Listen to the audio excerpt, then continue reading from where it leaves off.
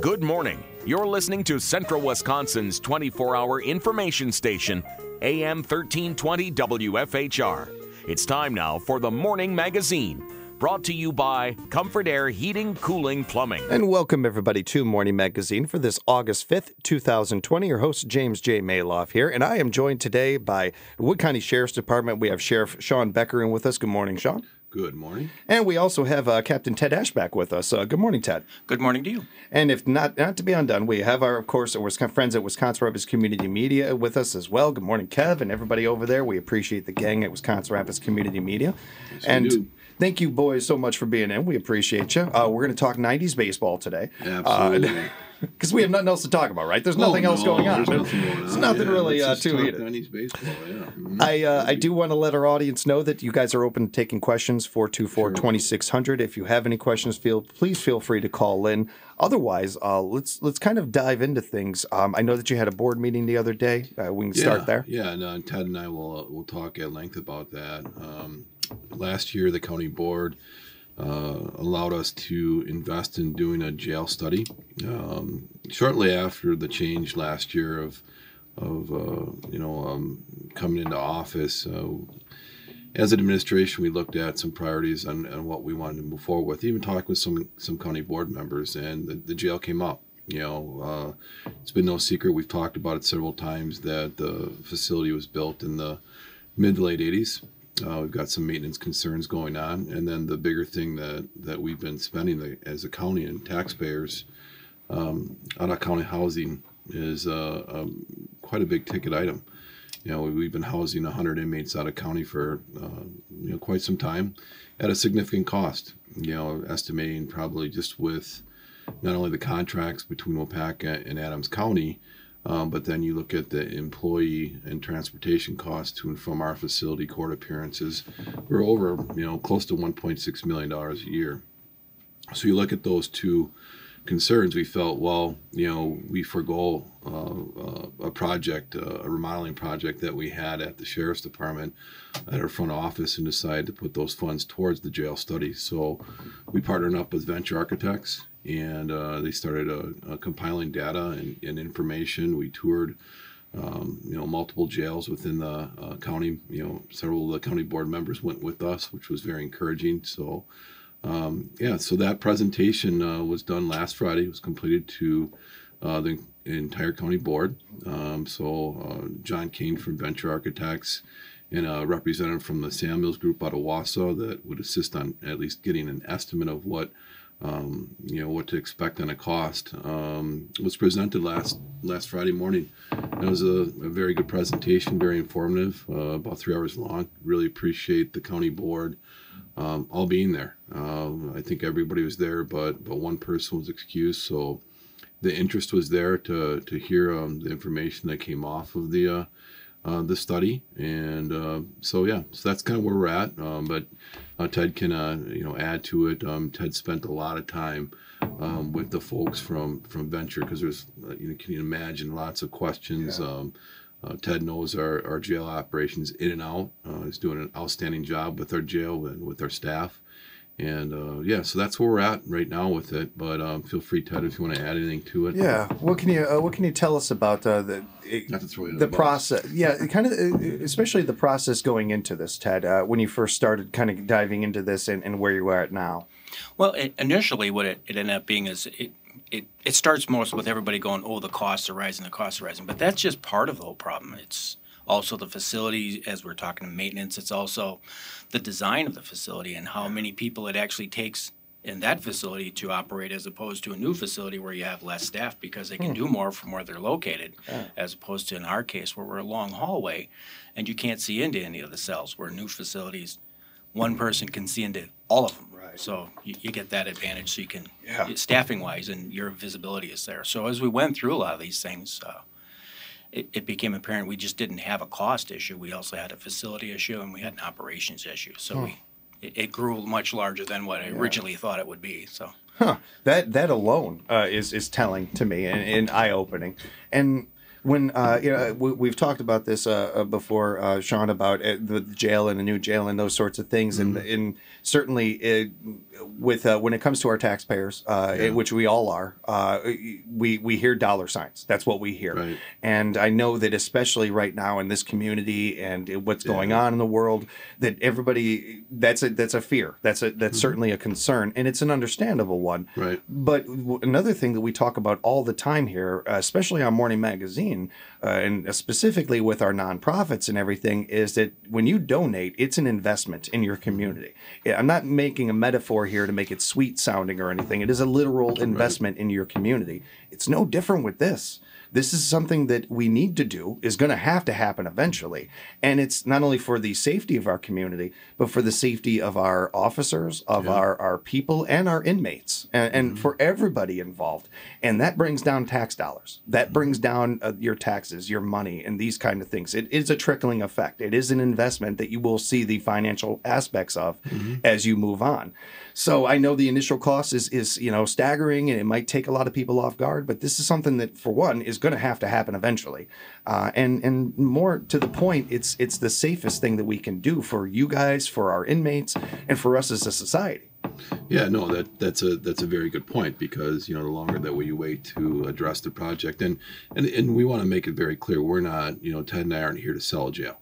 All right. Right. It's not up to us. I mean, we're going to continue to move our operations as we are right now. It's just you have to look at where does it fit as a priority, as a need for the county, and it's there. And now that really falls on to our elected officials, our county board members, and one thing that I have to say, there are lots of good questions from multiple county board members during that presentation, which was very encouraging. Whether it was in favor of moving forward with something or not, that just shows a lot of interest with our county board, and that's really important. But the big point I want to make, or we want to make, is that, hey, we're not here to sell a jail.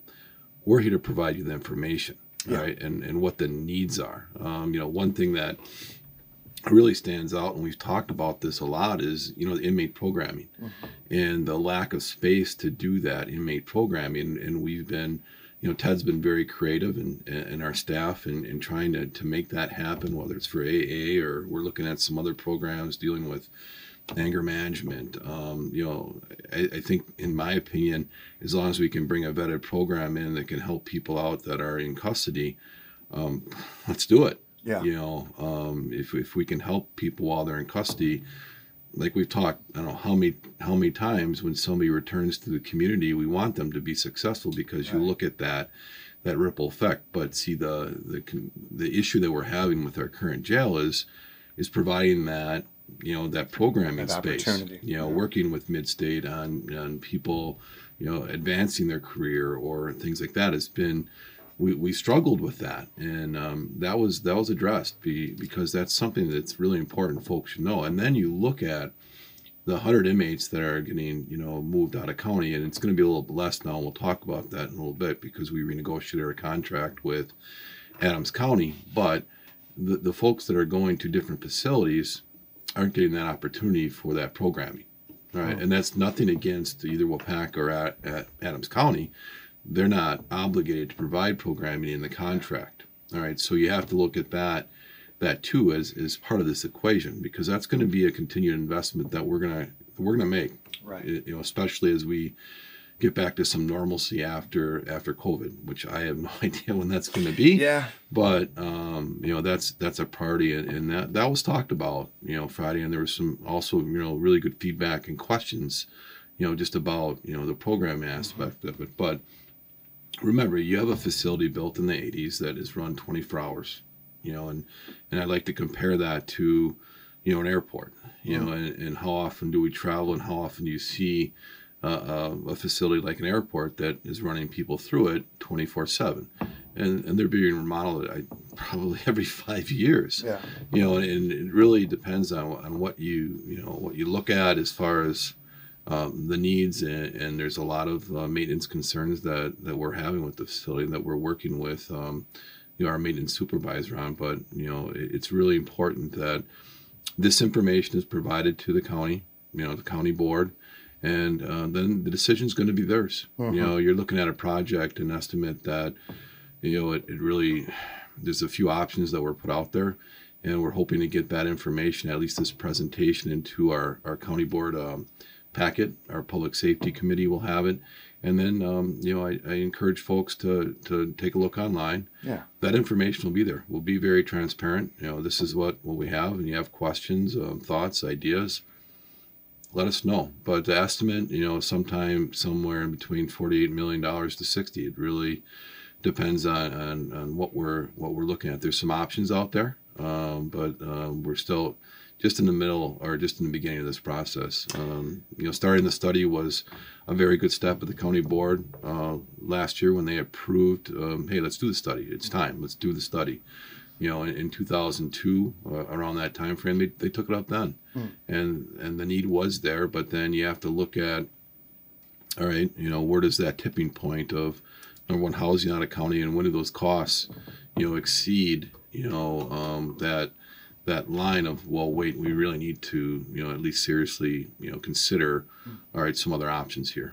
Well, I appreciate you bringing the classes and that sort of thing up too, because one of the oldest conversations you and I have been having is trying to stop this revolving door of inmates and this with our society, and how comfortable we have gotten as a society of just jailing people and throwing away the key. And that's not the point of prison. That's not the point of jail. The point is to go there, you do your time, you do whatever, and learn your lesson and come out and be a better person for society. And you never go back. That is the way that we're supposed to run this thing. It's a goal. And in order to do that, it's going to take some work. It's going to take things like this, like programs like this, that help people not go back. That's an investment. That investment doesn't happen unless we make that as a community and decide to do that. You're always going to have people, my poppy used to talk about this all the time, that are going to complain about the roads, but then they won't pay taxes to pay for the roads to get better. You can't have it that way. We no longer live in a time and age where you can do that kind of thing. You can complain about this, and it's fine, but you're still going to have to pay your taxes. You're still going to have to do it. And this is something, again, that if you want this revolving door to stop, you're going to have to put an investment in. You're going to have to put the time into it. And we need that as a society. We need to do that. Because going this route, as far as the whole revolving door thing, we're not going to get better on our own with that. And we're certainly not going to go forward as a society, especially with the pandemic going on, with that and in place. We've got to do something about that. No, I completely agree. I mean, we talked about the ripple effect when somebody comes out of jail, they did their time, whether or not they're still on probation or not, but they're still being, held accountable.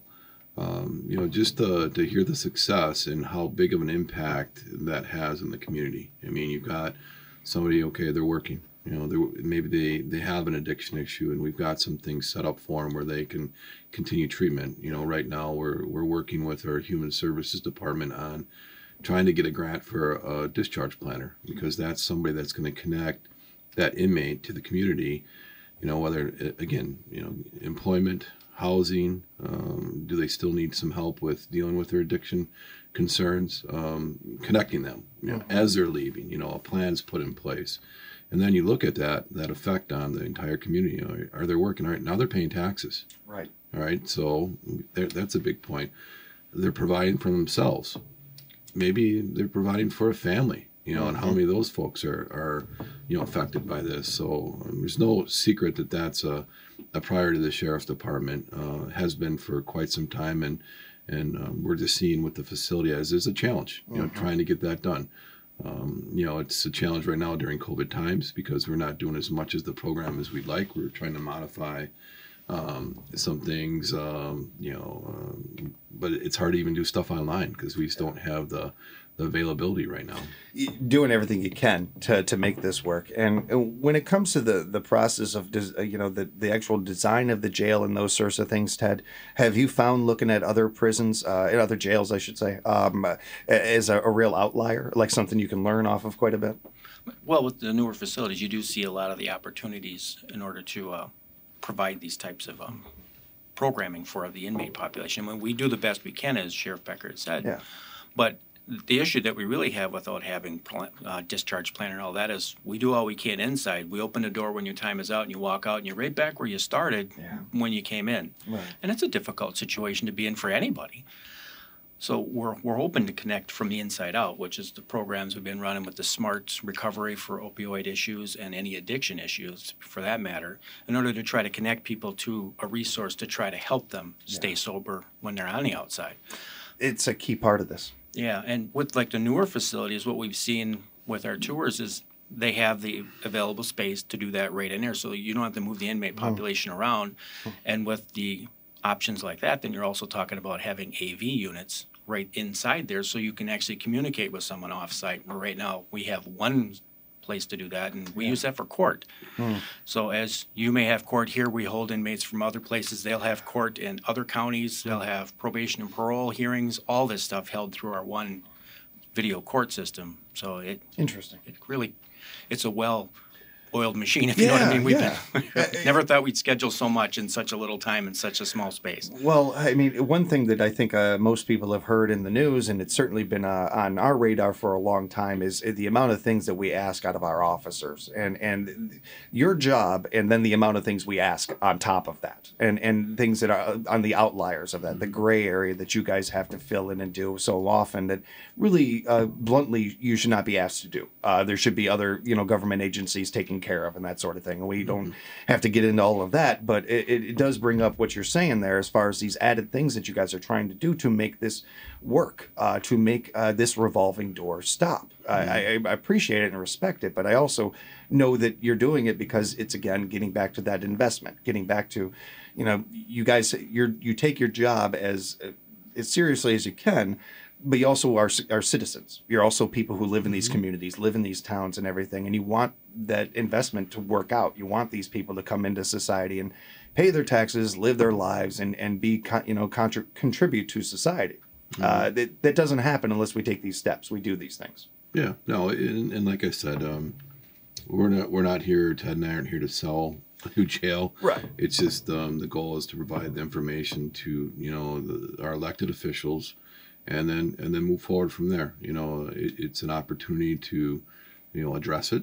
We felt as a staff that is a priority, that we work with our county board, and like I said, it took about a year since the study started. Yeah, it's about there's a lot of information going back and forth. A lot through, like I had mentioned with Ted, just to get this information, and there's still more information going on. I mean, it's a huge project, and you had alluded to it, in the beginning of the show with, what's going on right now in Southwood County with Verso. That's something that we have to consider when our county board officials, are thinking about a project like this. You have to look at what's going on in the community as well, and that's. We talk about a ripple effect. That is absolutely huge. Not only the financial part of it, but we talked about mental health, and you have so many people going through some uncertain times in their life, and there's so many rumors going on. What's going to happen with that mill and that facility? We just got to keep our fingers crossed and hope something happens so we can help. So many people are affected. Yeah, I think that it's a great point to bring up as far as you guys are not here to pitch a new jail and that sort of thing. We all respect and appreciate the fact that you guys are going to keep moving and doing what you do no matter what the situation. You're just here to give information. I respect that a lot, but I also think that this town, especially, I'll just talk about Wisconsin Rapids in particular, has made it a point that they are concerned about money. They made a mayoral change in part because of that. There's some reasons in part. So certainly that is on people's minds, on taxpayers' minds and everything.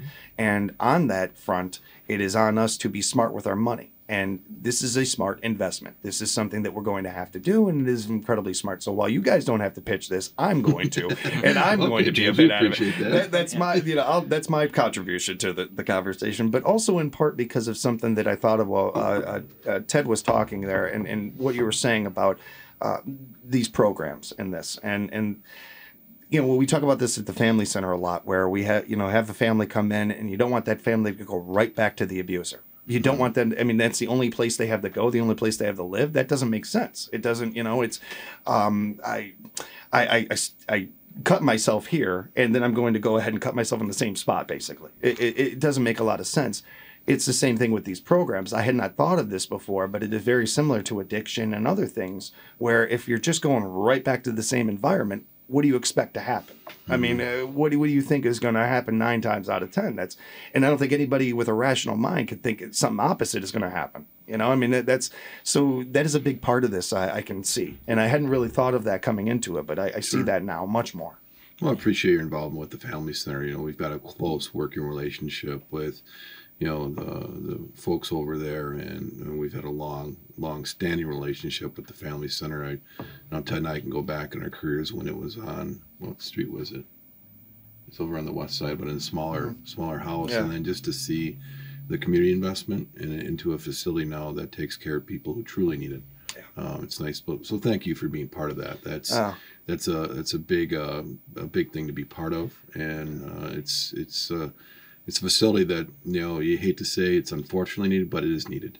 One of my first interviews I did on Morning Magazine was with Deb from the Family Center, and I immediately hit it off with her and enjoy talking with her so much. And I told her that in the first conversation we had, I wish you didn't have a job. I wish you were doing something else or whatever. I certainly don't want anybody unemployed, but we would love that we wouldn't need them, but we do, and we are so lucky not only to have the Family Center, but to have Deb and Sue and all the great people over there they have. It is one of the more humbling experiences to even be a small piece of that, and anything we can do as far as board members and things like that. I mean, again, wish we didn't need them, but we're lucky to have them, and they do amazing work over there. And really is nice to just bring that up organically. It's nice to be able to mention them and talk about that, and that they are there for you if you need them at the Family Center. Be sure to keep that in mind. You guys also, before we go to break, I wanted to bring this up. Got new body scanners for the courthouse. This is interesting to me. Yeah. Another priority that we had discussed a few months ago as we went through our budget for 2021. We have a capital improvement project that each department at the county has to put in for, and we sat down as a staff and what's a priority, what's a big need that the sheriff's department has, and a body scanner was the number one priority. We've been having some issues with people smuggling and contraband in our facility, and it's not a new concept. A lot of jails and obviously prisons have it, but it's not cheap, so that was the number one priority, and I'll let Ted talk about it a little bit more, but we're getting that a couple weeks. It should come in. That feels like a game changer, Ted. It really is. For us, it's always that they bring somebody in, and you don't know what they're here for. And even when they write down why they're being charged and brought to the facility, that doesn't mean that they're not a user and don't have something concealed inside their body. And we've been finding that to be a great topic between inmates itself, because we talk to them as well to find out what's going on. And it's kind of we're not just there to hold on to them. We also communicate with them to find out what their needs are and what we can do differently or better. And through that, they keep saying sometimes people will smuggle these drugs in and they'll share them. Well, the problem with drugs, as we all know, is it's not a pharmaceutical in most cases. It's something manufactured and who knows where or what's in it. And then we'll end up with people all of a sudden getting sick, and we won't know why. And then all of a sudden it comes out that somebody had smuggled something in and shared it with everybody. I'm like, that just seems like a foreign concept to a normal, rational person, where you would hide something inside your body, then you'd be willing to share it, let alone somebody willing to share it with you. But they're desperate times, and addiction is one of those things that'll make you do things you'd never believe. Absolutely. And I think that while there's hopefully the majority of people out there can't, put themselves or haven't been in a position like that where they have done something like that, but a lot of people, and hopefully the statute of limitations is up on this, have snuck candy into the movie theater. Almost everybody has done something like that or something similar. And I know that you guys have not. I know that you have not. Kevin and I have not, of course, certainly. But, just randomly, anybody out there that might have done something like that.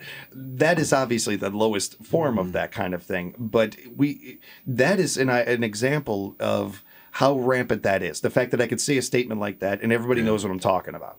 It is similar to what you guys deal with on a daily basis with that circumstances and everything. That almost every day, if not every day or every other day, somebody's trying to bring something into the jail. Having a scanner like that is not only a game changer in the sense of what you guys do, but again, getting back to this investment of this helping the inmates and helping people from themselves. In growing up with an addict, I know this for a fact, that the majority of addicts don't want to be addicts. They don't want to be. It's not something that they're trying to do. They wake up in the morning like, man, it's good to be an addict. It is not something they want to do. It is a chemical in their brain that is making them do this. So the best thing we can do for them is to help them with that addiction, that problem, that part of their brain septing off. One of the best ways you can do that is cutting off the source. Right. And this is a way of doing it. Jail is a way of doing that. You have to be able to cut the source off, though. You got to be able to cut it off completely. Otherwise, you have problems, like you said. You have overdoses and all these other things, which, again, get back to costing taxpayers money. Right. So this, I know that the body scanner wasn't cheap. No. But, man, it's a great investment. And that thing's going to pay for itself within a year at least, if not sooner. Yeah. Well, and Ted had mentioned, with, the narcotics getting, smuggled into the facilities, it's been happening. And then you look at not only the individual bringing it in, which, is a felony, and you're going to see some more extra issues, for that individual that brings it in. But then you look at the people that are suffering from addiction that are in a facility. And they're going to use something that was in somebody's body because they're that addicted. Yeah. And that's really bothersome. It really, personally upsets me because you're going into an environment with, you're sharing a cell block with other people with potentially addiction issues, and then you're sharing it for whatever you're going to share it for. And that's really bothersome. And the other thing, with the scanner is the safety and security, not only of the inmates, of the staff. Yes. Because not only do, contraband's not only just, drugs, illegal drugs, but weapons. Yeah. And you would be really surprised at what people will try to bring into a facility, weapons wise. I don't think, the majority of people might be able to relate to a lot of these kind of things, whether it's being the inmate or the person bringing contraband in or anything like that, or a weapon in. But everybody has had a day where they have been really hungry. They have been starving, and they will settle for crumbs. They will settle for just anything they can get their hands on. I just want a piece of bread right now, just to take care of this hunger and everything. That's addiction. That is extremely similar to addiction, and the things that you will go to feed that addiction. I don't take personal responsibility comes into place for addicts and everything, certainly. But in that situation, once they are already in jail locked up, I put so much on the person trying to bring stuff in. That coward, that cheap human being doing something like that. If we can prevent that even a couple of times a year, let alone to the level where we're able to with something like this, worth the investment. Worth, I don't care what you spent on it. It's worth the investment to me, I think. Again, if you need to go to dollars and cents here, the investment that you made in our I almost said soldiers, because I think of you guys a lot like that, but our officers and our inmates and our staff and everything, we're helping them, keeping them safer, which is going to add up, in the long run. Sure. Additionally, with that scanner, it's not just for people. We can also take the property and scan it through it, the mattresses, stuff like that, where people conceal things. So we could easily find things before you'd almost have to tear it apart. Well, and I didn't even think of that. It's a really good point, Ted, too, because I think body scanner and just thinking of the body, but all inanimate objects as well, too. It's anything, yes. Yeah, and it goes a long way. I can't imagine how much that helps you guys. And honestly, I would think it gives you a little bit of ease, and you guys don't have a lot of ease in your job. If we can give you a little bit more, I think that's something we want to do as a society. Yeah. We are speaking again with Sheriff Shawn Becker and Captain Ted Ashbeck, and we have our friends from Wisconsin Rapids Community Media in. I want to remind you that the phone lines are open. If you have questions for the gentleman, give them a call, 715-424-2600. Going to take a quick break. We'll be back with more right here on Morning Magazine, AM 1320, WFHR, where we are joined by the Wood County Sheriff's Department. We have Sheriff Shawn Becker in with us, and Captain Ted Ashbeck from the Wisconsin Rapids Police Department. Sheriff's Department. I'm trying to get you to move over to jobs here or something like that. I'm sorry he's about already that. Here. Yeah, I started in a PD. I came to the Sheriff's Department by choice. Saw the light, right? To be honest with you, just kidding. I get so comfortable with Shawn here. I call him Shawn. I don't call him Sheriff and everything. No, and I felt a little bad me. about that. No, So I've been calling enough. you Ted. And I'm like, oh, well, I got to get his title right and everything. I'm fine with Ted. I appreciate that. Not Thank all you, about guys. titles here. I wanted to get into something that you had mentioned off air a little bit about the canine program, because I know that that's not only exciting and fun for a lot of the audience to hear about, but another one of these things that's a great investment. Yeah, we found that, it's very, very heavily community supported, and we decided to, the department always had 2 of them. And then we got a really nice donation from the Whitetails Unlimited that covered the costs of our last canine, and we'd already budgeted for one. So we added one that will, Deputy Justice Arndt will be attending a training program over down in Dodge County, which is another really exciting thing for us, because the vendor that is putting these police dogs out is within the state. And in the past, we had to send our deputies out of state, some to Indiana, some to South Carolina, and I have no complaint on those vendors. It was just logistically really hard. It's hard on the department, and even more so hard on that that canine handler being away from their family for 6 to 8 weeks. Because there's a lot of vendors throughout the United States, and then you have to really do your homework and make sure they're vetted. And we got really lucky that we had a company called Giuseppe Kennels open up here in Wisconsin. And our last dog, our last dog that James Pigeon got when we retired Toro, Sig, came from there. And great feedback from James. So we went forward with another canine, went and visited the kennel a couple weeks ago, and Justice picked out the dog. Extremely impressive Belgian Malinois. He had a choice between that or German Shepherd, and he just really, we just stood there and let him pick. And it's going to be his partner, That's cool. That's many, cool to many hear. years, and he had a choice between 3 dogs, and I could tell in the back of my mind he was going to probably pick the one that he did, called Timo, and it's like I said, a Belgian Malinois, a little bit smaller than a German Shepherd, but this dog is just as tough, just as smart. Yeah, but they're good dogs. Oh, awesome! Extremely impressive, and all 3 dogs that we saw were very good. Yeah, which again goes right back to the vendor and what they're doing. And then while we were there, there was a couple of other options there that are out there that we're strongly considering on moving forward on. We're going to look at funding, so we might get another dog, so we'll have 1 per shift. We've got a handler, or a potential handler, Christine Bether, that's interested in the program. And we're looking at more of just a straight drug dog, not a full service police dog, where you have apprehension in there, tracking and article searching, and obviously drug enforcement, drug searching. This dog would be more towards just primarily drugs and PR events too. So we're looking at that. We're looking to see if we have funding. We have a foundation that has been collecting money for us for many, many years. And it's looking good that we might do that. And then we'll have 4 dogs at our department. I believe the need's there. I mean, between the drug issues that we're having, within, central Wisconsin and especially within Wood County, I really don't think I can be talked out of it. It's just going to really come down to the financial end of things. Does it fit? Can we afford it? The fundraising has been there. So it's looking good. It's nice to have another individual that's passionate about the program, because you really have to look at that partner it's an investment and a commitment by not only the agency, but that individual deputy as well.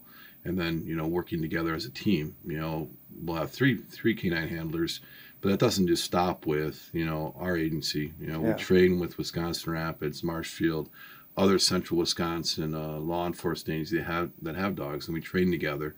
And Wisconsin Rapids Police Department also they're going to be adding a canine, and they're going to the same vendor. So, which is really neat for us, because now we've got multiple agencies locally that have gone with a vendor that's only a couple hours away. It's just going to be very convenient for us for recertifying the dog every year, any type of training concerns, or just training together. That we're very, very lucky that we now have, a vendor that's within Wisconsin, and they've pushed out a lot of dogs in Wisconsin. It's so cool to hear that we have a local vendor and that we can support that vendor. Yeah. That we can help them and work with them as well. It's another one of these, times that we can support local business in a sense. But it's also something, one of the keys of things that you said there that I heard was the idea of having a dog for every shift. And can you touch on why that's so important? Well, it really depends on what circumstances come up. I hate to use this analogy, but a police dog's a tool, and a really, really good tool. Yeah. We talked about drugs. I mean, they can smell things that we can't. So if we get on, any type of situation, could be a traffic stop, could be any type of call to service, a search warrant or anything like that. Those are must to have. A canine ad. Yeah. So having availability not just for our agency, but any other one, within the county that a department needs help with, that's we're obviously going to help out with. So you've got Nakusa PD has one now. You've got Wisconsin Rapids that will have two. Marshfield Police Department has two. So I think we're very fortunate as a team of law enforcement agencies within our county to have a program that is building. And then again, you look at the community support. It's huge. People really, really step up and help out for those programs, not just for our agency, but the other ones as well. Yeah. Just the fundraising efforts that Nakusa went through, a year or so ago was astonishing. Yeah. How you had so many people, whether businesses or individuals, just coming up and, hey, we want to be part of this. And it's really nice, especially under the circumstances right now when, law enforcement isn't viewed by everybody as a positive or good thing. And here you have a program that is out there that has just a ton of community support. So it's nice that we're all investing in it and moving forward with that kind of program. I appreciate you touching on that part of it too, because it's one of the first things I thought of. And then you mentioned the PR angle of this, and that is a big part of this. Certainly, you ask any officer that has ever had a partner, one of these canines as a partner, and they know that it is much more than a tool, but it is certainly a tool. It is a good point to make, and a part of their job that these dogs have a job to do. But it's also the part of that job that they have is that PR end of things that. Right. We have a wound right now between our society and our police forces and everything. And we're trying to heal that. Those of us with rational minds, at least, are trying to do that. I know that I'm working with a number of different organizations and departments in the Chicago area trying to do that there. And it is on a much bigger scale and a much more difficult one, but it's happening. It's happening in neighborhoods. It's happening in local neighborhoods. You're not seeing it on WGN and a lot of these things, but you are seeing it happen if you're watching, if you're paying attention. There are people who realize, hey, we can't throw out everything. We have good people here doing these jobs that are wearing badges, that have good intentions and good feelings. We're trying to make that happen. We have another part of society that we don't think about enough, and it's the kids that are looking up at us. Yeah. The kids that are seeing all this on the news, that are seeing how their parents are reacting and their responses to this story and that story and everything. And as much as we want our kids to be raised liking our teams that we like and these kind of things and our favorite color, their favorite color, that sort of stuff, we want our kids to think for themselves. We want our children to be better than we were. At least I would think that that's what we all want as parents. We want our kids to be stronger and better and smarter than us and everything. And part of how you do that is reaching them as kids. And part of how you do that is with animals. Kids love animals. I know that we're a news station, and this might be breaking news to some people. Kids love dogs. And this is it may not seem like a big deal, but man, that is a big gap. That is a huge way to bring that gap together of the kids start to make this happen. The kids start to feel more comfortable going to you guys. And their mom or dad is in trouble and they need to go to somebody, a police officer, and they're not hesitant. They just go right to you. That's what we want as a society. This helps that. This is a big investment. A part of that is these dogs. Yeah, no, I 100% agree with you. And, if we get that fourth dog, there'll be a really big, strong PR aspect to it, because it's not going to be a typical, German Shepherd or Belgian Malinois. It's going to be a different dog. It's called a pointer, and it's thinner. It's hard to explain. I'll have to get some photos out on our Facebook page as we move forward. But that's going to be a huge aspect of that particular next dog if we go that route. That we're going to want that person in the schools, just an open book, or any time that somebody looks for any type of a presentation, call. And that even holds true for the other 3 dogs that we have, because that's also a strong component. When you see that, full service police dog, I mean, that's a working dog, and you'll notice that. But what you do notice, if you're at a presentation, if you've ever seen one, it's a switch there. Yeah. It's still an animal, still a dog. Yep. But you can just tell when they're enjoying themselves and when they're working. Yes. It's amazing. But it is really night and day. It is so interesting how quickly that happens for them too.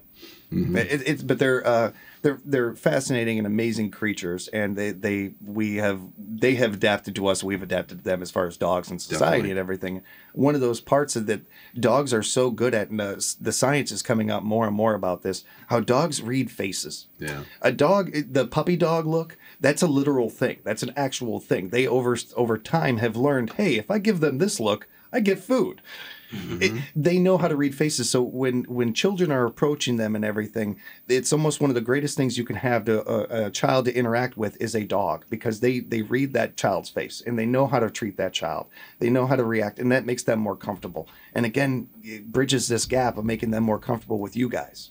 Yeah. It goes a long way, and there's so many more layers to it and everything that are just that. Certainly, it's important, their job and what they do. Somebody's pulled over, checking that out and those kind of things. But there's a lot of other angles to this that are beneficial, and again, a great investment. Yeah, we're looking forward to expanding the program and getting out in the community, and it's exciting news. When we come back and wrap up Morning Magazine with the Wood County Sheriff's Department, I wanted to touch on your Adams contract. Sure. And I understand you guys made some new hires. Yeah. So we'll get into that. We'll come back with more Morning Magazine right here on AM 1320 WFHR. We're wrapping up Morning Magazine with our friends from the Wood County Sheriff's Department, along with our good friends over at Wisconsin Rapids Community Media. We have to talk masks. It was gonna come up eventually. I saved it for the last segment. But if we can just kind of touch on your guys's, not how you're handling it, but how you as a department are handling it, and what the laws are saying with that, and how that has gone with the public. Yeah, when that came out last week, and we looked at a lot of other agencies, what they're doing in agencies within our county and how we're going to approach it. And bottom line, we're going to work with our health department. They have the enforcement hand right now, and we will work with them if they reach out and they're dealing with a mask complaint. At a business or something that maybe they've gotten multiple calls on that somebody's not complying, and they're looking for at least that safety and security part of doing their investigation, we'll be there. Bottom line, we're going to help them out, but they have they can refer things to our district attorney to decide whether or not they're going to prosecute or not. It's a forfeiture, but the health department does have that authority. Just look at it as like doing an inspection on a restaurant. If there's violations, they can be referred to our district attorney. It comes down to also time and resources. Yeah. And I'm not saying that it's not important to wear a mask, because I'm going to tell you right now, wear a mask. Yeah. When you look at the mandate, what those orders are, or what the requirements are, or where you should wear a mask, wear it. We are. All right. But the enforcement part of it is coming down to our health department, and I know that they're getting lots of calls on it. I know it's frustrating, but the point I really want to make is we're working with them, and if we do get information on a mask violation, it's going to be referred to them, but we will help them as we move forward. So don't call dispatch when you're seeing a situation that could be a violation. We suggest you call the health department and move forward from there. Yeah, at one point, it was crazy to think that we would have to wear seatbelts. That seatbelts were I'm not putting that on. I don't have to wear a seatbelt and that kind of thing. And there was probably people when the seatbelt laws first came about, people making wanting to make citizens arrests or something. And I saw this person when I pulled up and they didn't have their seatbelt on or something like that. So unfortunately, we kind of knew this was coming, but it's also on us as a society to take care of our own selves, make sure that we are wearing a mask.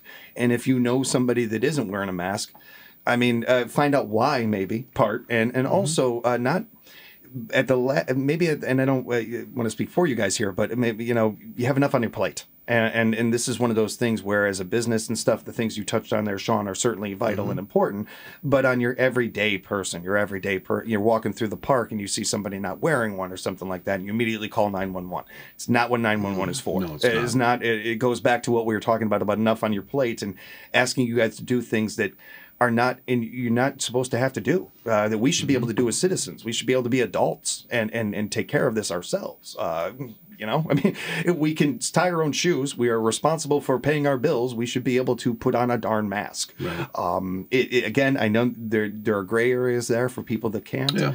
And it's certainly, jobs where it comes into play. But overall, we've got to do this. It's the only way we get through this, because unlike seatbelts, this will go away. This is something that we can get to a point as a society where we don't have to wear masks everywhere. We can get back to going to football games and things like that. We've got to work together to get to that point. Yeah, and exactly. And we've gotten at least some guidance from our Attorney General, and it's really, focusing towards the health department, because it's a health issue. Yeah. Yeah, and I don't want to make it sound like I'm as rebellious as anybody else. It's in my nature. Well, yeah. Well, and really, all of us in this room, all of us listening that are Americans, we're born rebels. That's who we are. It's part of what in our DNA and everything. So I understand that not being told what to do or any of these kind of things. I get it. Trust me, I do.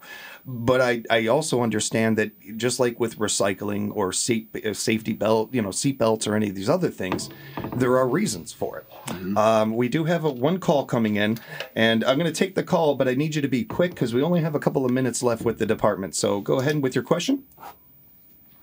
I have a queen mattress set for sale. Oh, I'm sorry. You're calling for over the back fence. Unless you guys were interested in the mattress. Are you guys interested? No? Okay. Miss, if you wouldn't mind calling back in just a little bit. We do appreciate the call. Oh, that was funny. I've been waiting for that to happen with you guys, and it hasn't. Yes, please, Miss, we want you to call back. Please feel free to call back in about 10 or 20 minutes or so for over the back fence. Before we let you guys go, I know that you had some new hirings, and you had the Adams contract come up. Yeah, with as we can segue into the COVID thing, and what we're doing lots of different things at our sheriff's department, but with working with the judges through the past several months, our inmate population has gone down. So that was an opportunity for us to take a look at the contracts that are up in 2023 with both Adams and Wapaka. So we were able to renegotiate and get our contract with Adams coming down to 15 inmates instead of 25. That might not seem a lot, but if you cost it out per day, we were paying $36 a day per inmate, in Adams County. So multiply it by 10 per day and then figure it out. So we're probably going to save this year about $60,000. Next year, double that. So very, fortunate, working with their sheriff down in Adams County, Brent York. And we sat down and talked about it because it was really a waste of taxpayers' money because we didn't have 25 inmates there. And our inmate population is down right now. And it's like, okay, this is a way that we can take a look at saving ourselves some money. And it worked out through that negotiation process. And we're hopeful that as we move forward and we get through this pandemic, that a lot of the things that we've been doing with programming, and we'll see some results where our inmate population will go down a little bit. Yeah. And that'll, again, people have to look at the big picture of that cost, and it'll save us money. Yeah, and it's not an overnight thing, but it's going to happen. You will see the effects. The unexpected positive of the COVID-19 is that our inmate population is down. Yeah. Because of that. But that's due to the courts not being in operation and people not going through the systems and then, coming to us. Yeah. But it is what it is. But you got to look at the positive there, too. So, I mean, absolutely, everybody is getting the opportunity to stay home as best they can and try to quarantine and do what they can. I think in general it's important to find the little victories in your day and in life, especially when a pandemic is going on, especially that. But that's a great point to make, Ted. Yeah, that's a good point. Yeah. And you guys made some new hirings, too. Yeah, we hired Rolf Schultz. He just started last week or a couple weeks ago, and he had 6 years experience with the Adams County Sheriff's Department, UWSP grad. So it comes to us with some good experience, and so I'm sure he'll get through the training process pretty quickly and get on the road by himself. But real happy to have him. So and we've got a couple more people that we're in the process of looking to hire. One is Michael Corey. He also is from Adams County and has got a couple years of experience there as well. So yeah, we've got a couple of new hires. We had to put that off a bit just because of COVID. With our process, we utilize the Civil Service Commission. Got some great members on there, Dave Loudy, Lee Garrels, just to name a couple, and I only bring them up because they're both familiar names of the Sheriff's Department. Both of them are retirees, great leaders, and it's great that they're giving back to our department and continuing their service really in law enforcement by assisting us in the process. But that kind of through with the COVID stuff, a lot of the folks couldn't meet. So that put us off a few months. But, hey, we got through it, and we're here. And, so we got a couple people starting soon. And I really appreciate you bringing up the retired detective, the retired workers, because that is something we don't get to highlight enough with our police forces throughout the country. Everybody has heard a story or seen a TV show with a retired detective that can't let this case go, and he's hunting it down. Well, we're seeing more and more evidence of those guys, the work that they're doing, really paying off, especially with that Golden State Killer situation and that whole story. And things like that. When we're talking about building this, healing this wound and everything between our society and police forces, and that is a subject that needs to get brought up more. These are guys that are putting in hard work that are retired. They're supposed to be relaxing and sitting in Key West or something like that. They're working their tails off just as much as they were when they were working. Some guys even more. We talked about that before. When we work on the higher profile cases that are still out there.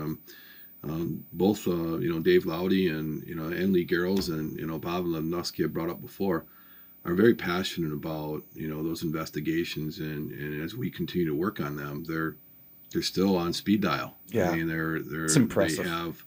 They work those cases. They have the immediate knowledge. They were there. None of us were.